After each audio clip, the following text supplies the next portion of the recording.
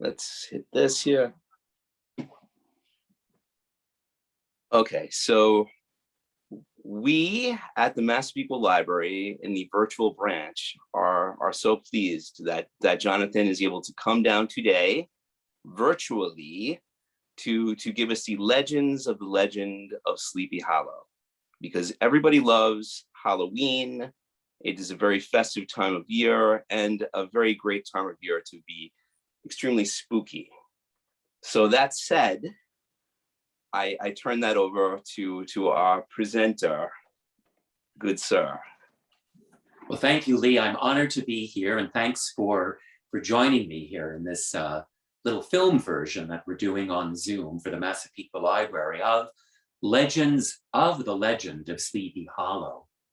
Once upon a time, I told tales primarily to children, but about 25 years ago, Historic Hudson Valley asked if I could come and bring out some ghostly tales for around Halloween. It led me to becoming their Legend of Sleepy Hollow storyteller.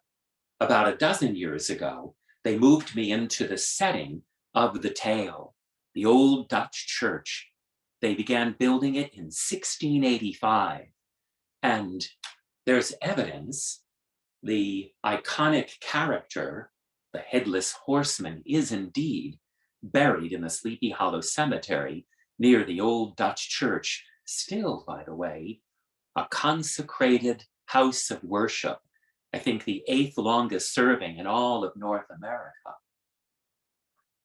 Washington Irving wrote the tale, The Legend of Sleepy Hollow, in 1819 while homesick for the Hudson Valley, visiting Great Britain. Soon, because he created interesting portraits of American characters and sent galloping into our consciousness that unrelenting Headless Horseman, it turned him from a lawyer into a founding father of American literature. And the story intrigues. It leaves us guessing at the end what really happened to Ichabod Crane, that kind of first nerd, if you will, schoolmaster from Connecticut, visiting a little Dutch enclave and falling in love with Katrina Van Tassel, the daughter of the wealthiest farmer in all those lands. And was it Abraham Van Brunt, known as Brom Bones, dressing up like the Headless Horseman to drive off Ichabod? Or, as the Sleepy Hollow sages insist, it was the goblin, the Headless Horseman, who drove off Ichabod Crane.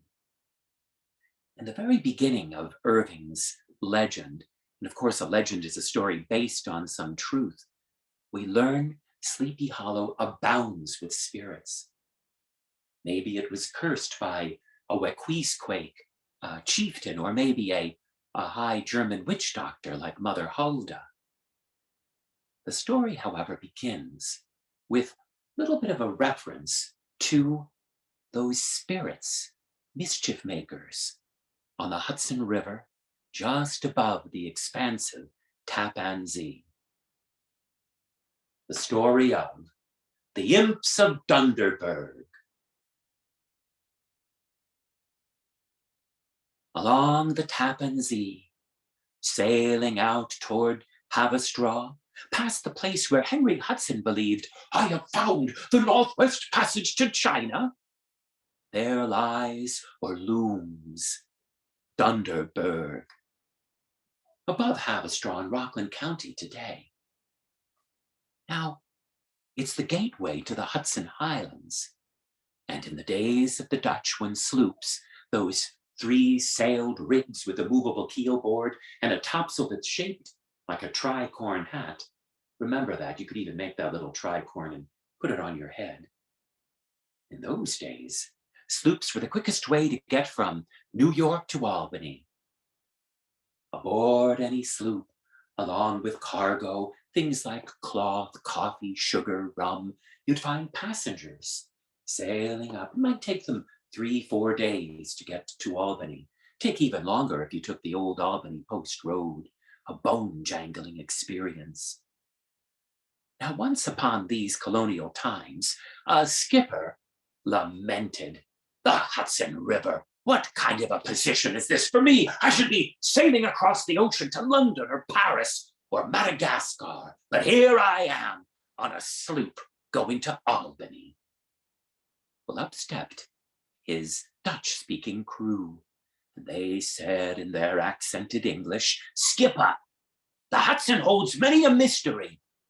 You'd best watch your hat there." "What are you talking about?" wondered the skipper. "We're talking about where we're coming.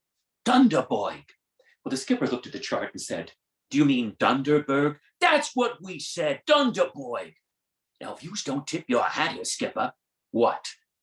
Them imps will come with a deadly storm, and they'll sink this ship before we get past Royal's End off of West Point."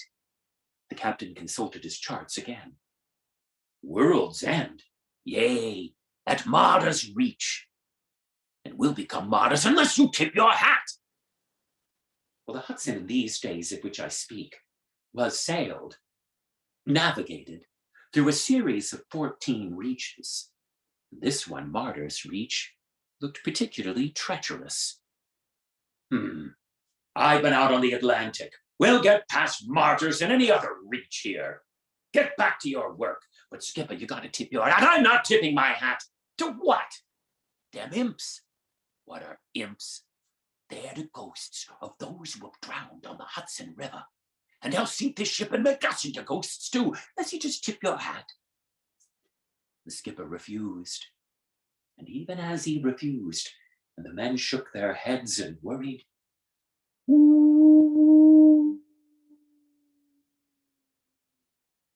something stirred in the clouds above Dunderberg, and there appeared the Heer of Dunderberg, the master of the ghostly imps, with a pointed sugarloaf hat and a little trumpet in his mouth, floating about in a cloud, wearing the ancient Dutch pantaloons and the doublet from the days of Peter Stuyvesant.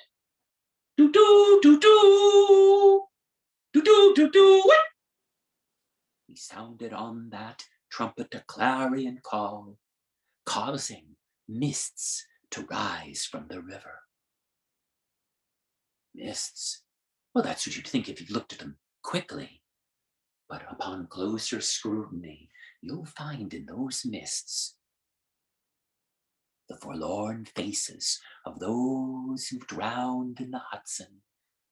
They gathered round Dunderberg, awaiting their orders, and the Heer obliged. "Roo-doo, roo-doo." Each one of the imps grabbed hold of a gust of wind, and spinning head over heel, they tumbled their way above Dunderberg, past the Pinjip and the Timp, places that reflect the storminess of those highlands. They came upon Bear Mountain and West Point and Crow Nest, and under the watchful shadow of the old Storm King, they met with the witch of the Hudson Highlands. There she was, stirring her brew in a desolate valley. Arms covered with scales, hands like crab claws, long seaweed-like hair, and 2 living fish for eyes. "You wish a thunderstorm, mine imps? Pray I'll give it unto thee, but give unto me the bones of the disrespectful skipper who will not tip his hat." The Heer of Dunderberg obliged, and ba-boom, ba-boom, the witch stirred up a huge anvil-headed thunderstorm, and the imps pushed it into the narrows of the Hudson Highlands, past Breakneck and Storm King, beyond Bull Hill and Crow Nest, right to where that vessel was endeavoring to pass. Ba-boom, ba-boom! Lightning lashed the waters. Whitecaps formed and slapped up against the side of the vessel, which began to tilt back and forth. The skipper cried, "Bring down the sails! I've seen far worse storms on the Atlantic. We'll get through this." And frantic, the Dutch crew pulled down the sails, but It seemed to be to no avail, for it looked like this vessel was going to go down. Winds coming from the highlands, winds on the river, the tide is swell. Well, the passengers screamed, "What to do? What to do?" And they came up, "Skipper, what to do?" Well, this is when the crew cried, "Skipper, look at there!" And right through the storm, on the bowsprit, a long bit of wood that holds down the front sail, there squatted the year of Dunderberg, leering at those unfortunate folk sailing on that sloop. Well, the crew says, "Looky there, it's the year of Dunderberg. Skipper, you may have a chance to tip your hat and banish him. Go and tip your hat to the ghost imp." The skipper, however, scrutinized the form through the wind and the rain and the lightning and declared, "That's no imp. Well, doth I know it's a demon? Well, do I know what to do about demons? Now understand, in colonial times, indeed, St. Nicholas was known for bringing toys to girls and boys on December the 6th. But St. Nicholas, or as the Dutch called him, Sinterklaas, was known for protecting those who sailed. Thus, they all agreed with the skipper to cry out, "Oh, St. Nicholas, save our ship! Oh, St. Nicholas, save our ship!" To know how it was, go ahead, call out, "Oh, St. Nicholas, save our ship! Oh, St. Nicholas, save our..." Well, the year of Dunderberg was no demon and cared little for this wish and prayer, and decided, do, to call for more thunder. And the witch brewed it up, ba-ba-boom, and the imps pushed upon that vessel, and it listed from one side to the next, and it seemed it would go down. But again, on board, they grew so frightened from the roar of the thunder that instead of making their prayer in the way we just did, they said this. Everyone, please repeat. Voices choked with fear. Turned that little wish and prayer into a bit of a joke to the imps. And they laughed and laughed until they decided laughter would be this vessel's toll to sail on through the Hudson Highlands to Albany. The year of Dunderberg called off the storm. His imps pushed aside the clouds, and a beam of light slanted through the highlands onto the vessel. All sighed, relieved. The skipper, however, boasted. "That storm was nothing. I've seen far worse on the Atlantic. Why, there was a time..." But before he could get to that time, the year of Dunderberg heard this boast, do, and gave the clarion call and a bit of the Bronx cheer. Out went a gust of wind. It found its way to the skipper and blew off his hat. Remember that? Now, Washington Irving says the hat got tumbled 40 miles up the river, placed on the Dutch church in Kingston. But I have evidence that hat may have been placed on the Church of St. Nicholas in New Hamburg. Where'er it ended up, from that day to this day, sloop skippers, pilots, you know what they do when they get to Dunderberg, past the Tappan Zee? They still tip their hats to pass through those treacherous Hudson Highlands. So beware if you ever there near the Bear Mountain Bridge, and make sure you tip your hat to those imps still pervading over the Hudson River. And there's the first story noted in the legend of Sleepy Hollow, the tale of the Imps of Dunderberg. Thanks for listening, but don't get scared away yet.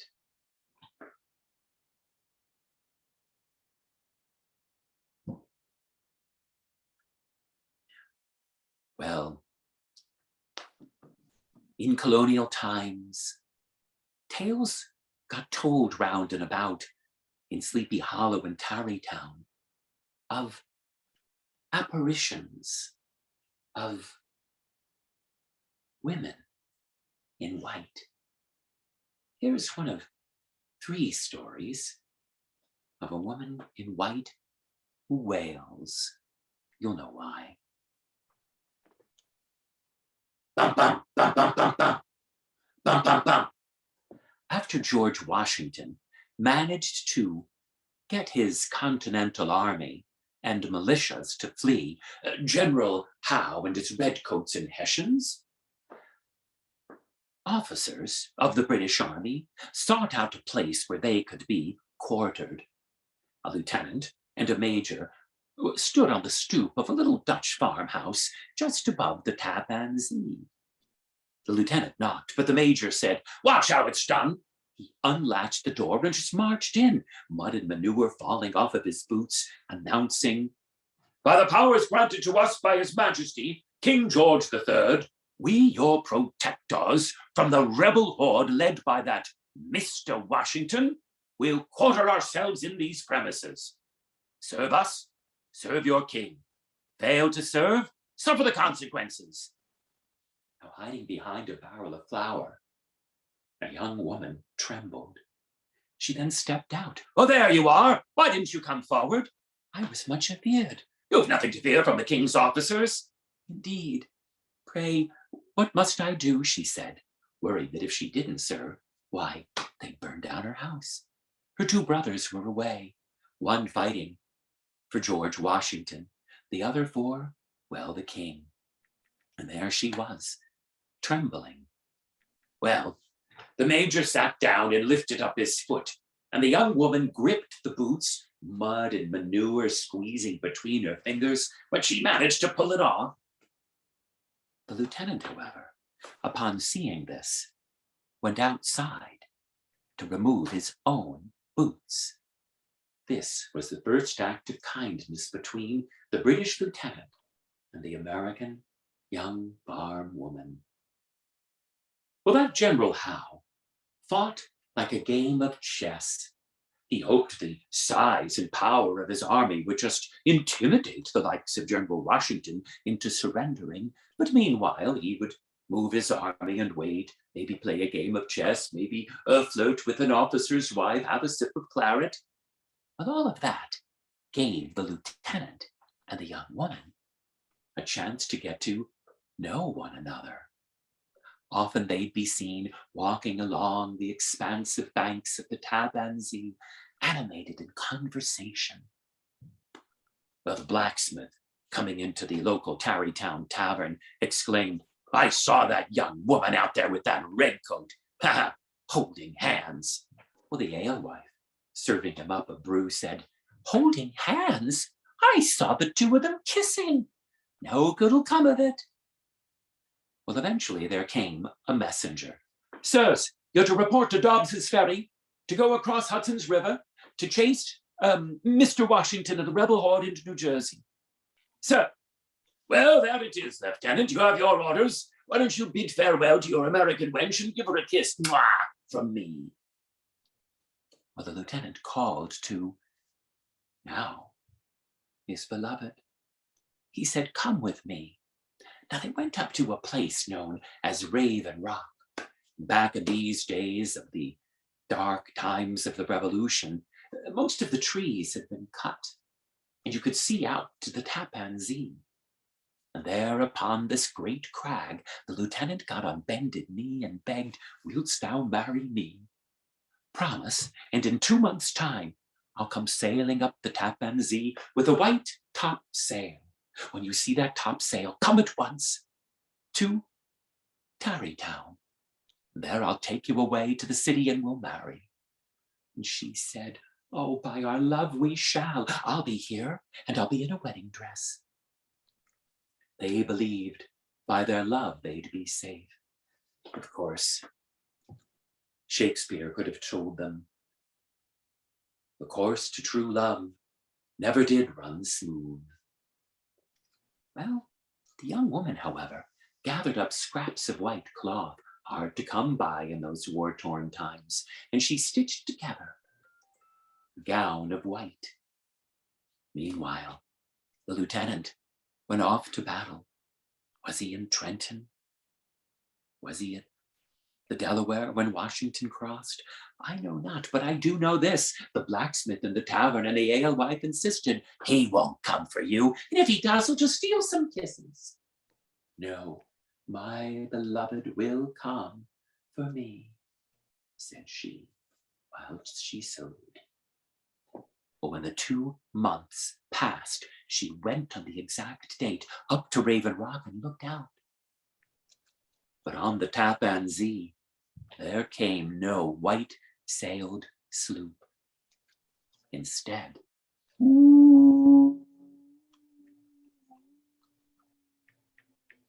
blowing up the Tappan Zee, arrived the first winter storm, with wind and thick sheets of snow and cold.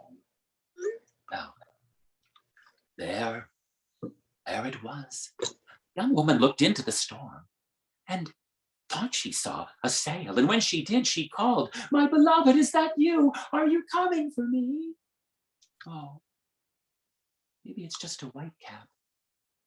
But later again, she called, when she thought she saw that sail, my beloved, is that you? Are you coming for me? Only snow came for the young woman. It piled past her ankles up to her calves, but still she called until her voice grew hoarse, her eyes bloodshot, her cheeks frostbitten. My beloved, are you coming for me? Will you come for me? Well, it took the coming of spring to find what had happened. It was a war-torn time. No one had time to look around and figure out where the young woman had gone. They figured maybe she had gone off with one of her brothers as a camp follower. Why, many in Westchester and other places like Nassau counties fled during the times that tried one's soul. A couple of huntsmen went up to Raven Rock in the early spring and made a shocking discovery. They ran down to the old Dutch church. Dominie, Dominie, they cried to the minister. Come quick, bring your good book. There's something up there near Raven Rock you gotta see. The Dominie followed, and there he found a figure amidst the melting snow. I know of this woman. Why, once those cheeks were flush with love. Now they hang from the bone. And those lips spoke only of marriage. Now they're chapped and cracked. And those eyes looked upon a beloved, but now they're distended from the skull. Who is it? What is it? Wondered the huntsman. This is that young woman who fell in love with that British officer, and she came here perhaps to meet him or see his ship coming in, but the storm got her. She froze to death. Yea.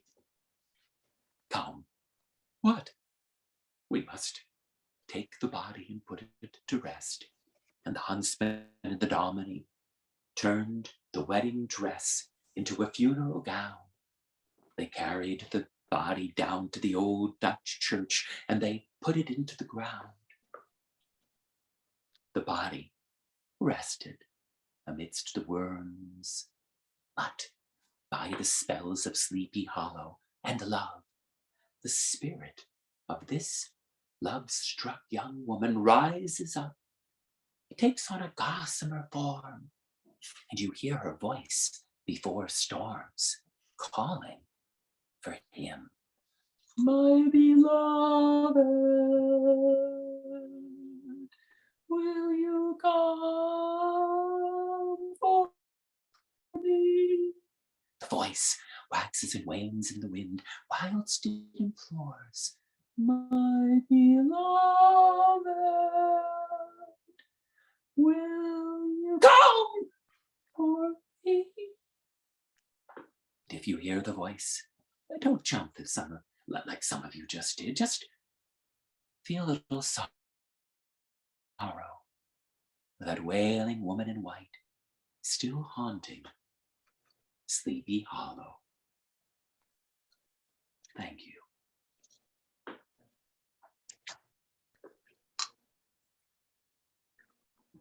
Oh, don't be scared off yet.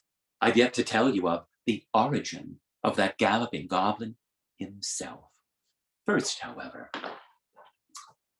a tale, perhaps even more frightful to Ichabod Crane than the story of the Headless Horseman. It concerns a certain spy who, before being hanged, was a fine British officer, Major John Andre. Now here's a little of his story, but more about his ghost. Come all ye bold Americans, and unto me give ear. I'll give you now a story to give your spirits cheer, concerning 3 young gentlemen who came from Tarrytown. They caught a British officer, a man of high renown. Had you gone to a tavern at the end of the American Revolution, you would have heard that song concerning a British officer, Major John Andre.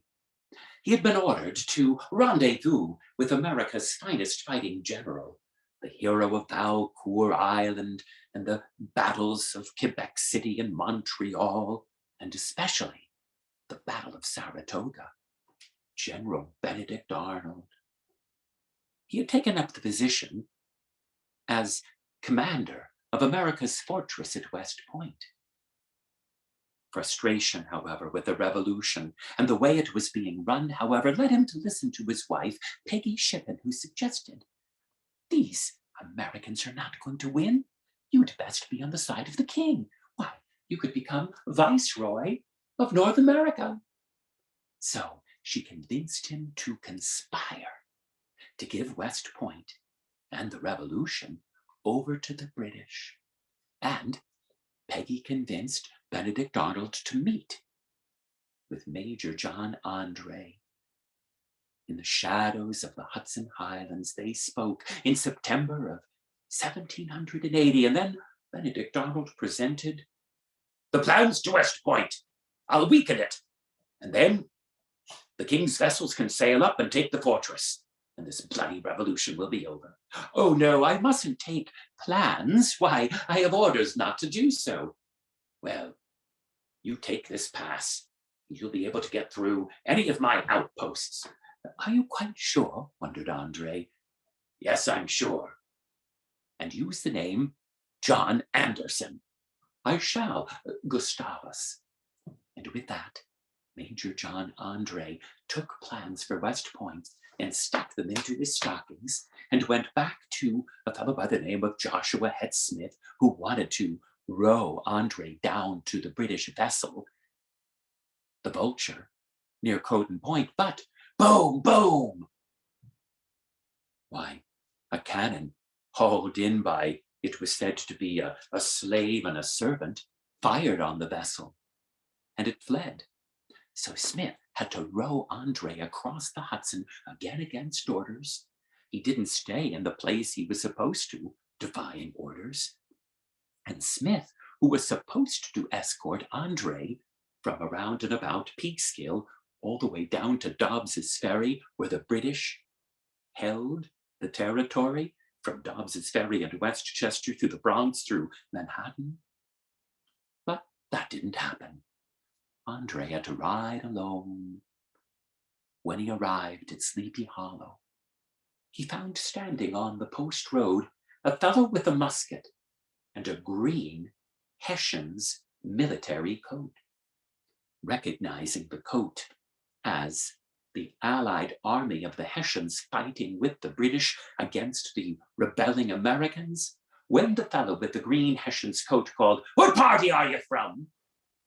Major John Andre, disguised as merchant, John Anderson replied, "Ha, I'm with ye, the lower party."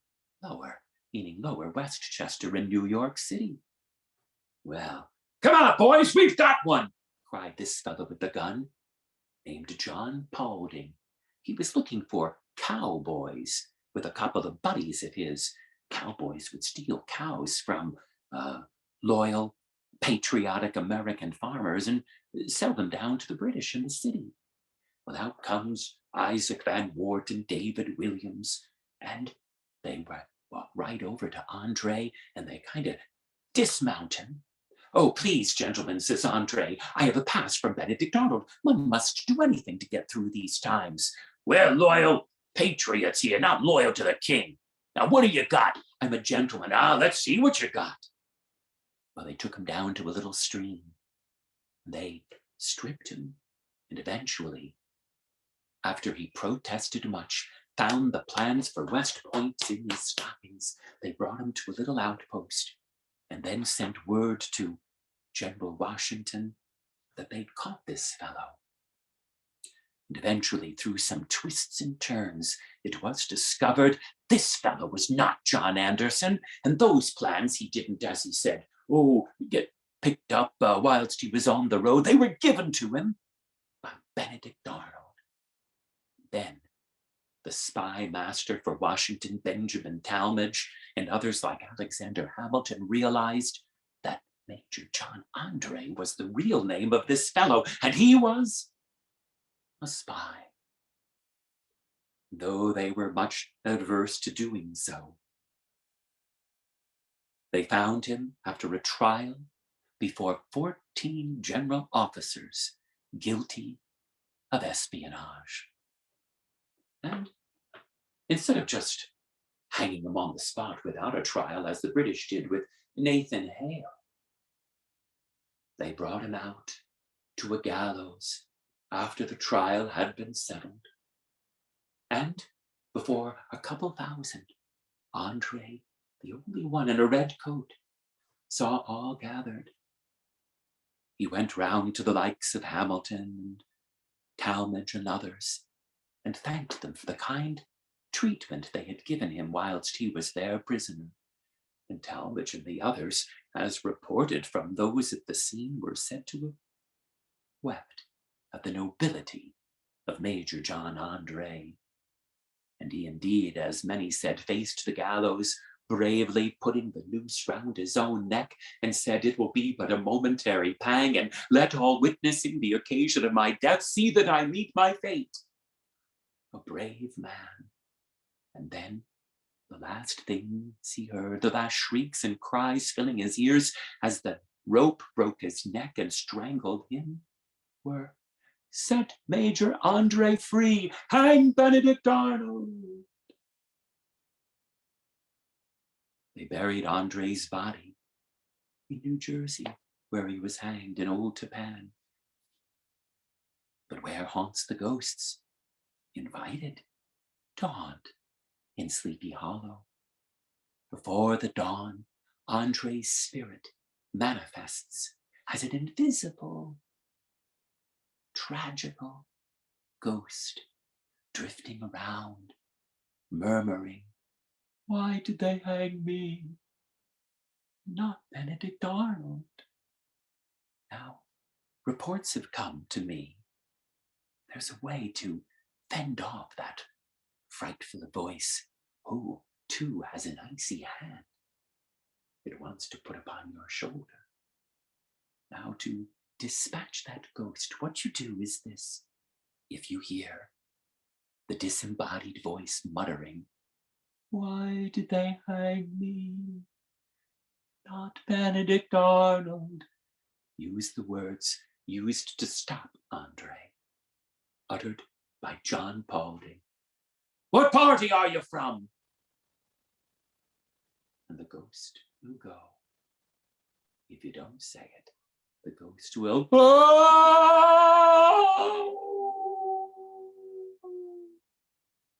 give a spine-chilling cry of lament. And that ghost still haunts the place now called Patriots Park, once Wildy Swamp. So do beware. And thank you for listening to the tale of the ghost of tragical Major John Andre. Hold on to your socks. I've got to tell you about the Commander-in-Chief of all powers of the air. In Sleepy Hollow, the origin story, true, of the Headless Horseman. True enough to have had me, I put it in my book, Legends and Lore of Sleepy Hollow in the Hudson Valley. And I even got to tell a little bit about this on the Travel Channel, but I'll tell you now, maybe a truer, better, deeper version.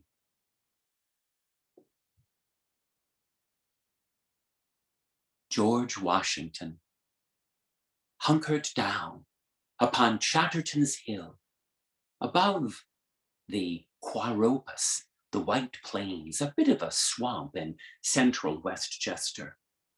He had many of his significant generals with him who would go on to fight for him for years to come. Now, among them, besides generals Putnam, was a general who kept careful track of things and wrote down things here and there in a little journal. Remember that. Now, the Hessians and the British artillery at the bottom of the hill known as Chatterton's aimed cannon. The Americans only had a handful, and one was said to be under the commands of a young college student named Captain Alexander Hamilton. But they had to be most prudent with where they placed their cannons. And when the Hessians and the British fired, boom, boom, boom, up the hill, a cannonball tore open the leg of an unfortunate fellow from a Delaware militia, and it caused panic. Why, these farmers who had come out to join the militia had never seen such a ghastly wound, and they ran. Washington and his officers did all they could to try and corral the militia, to keep them so that they might fight another day.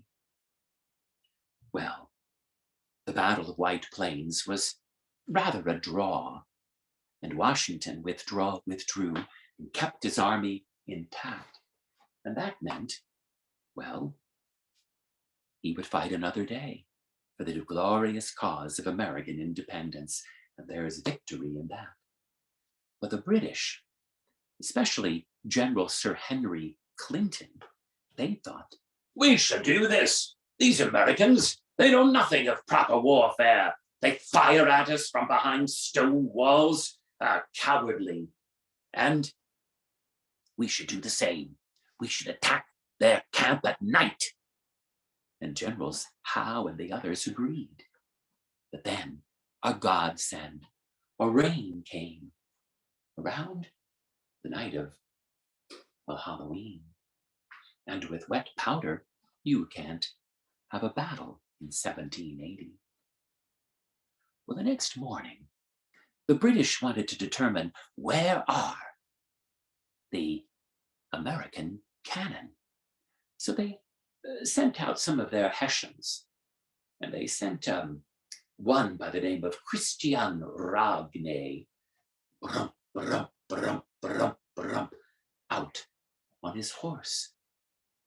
He came upon a little hill now near a park called Silver Lake, near Horton's Mill.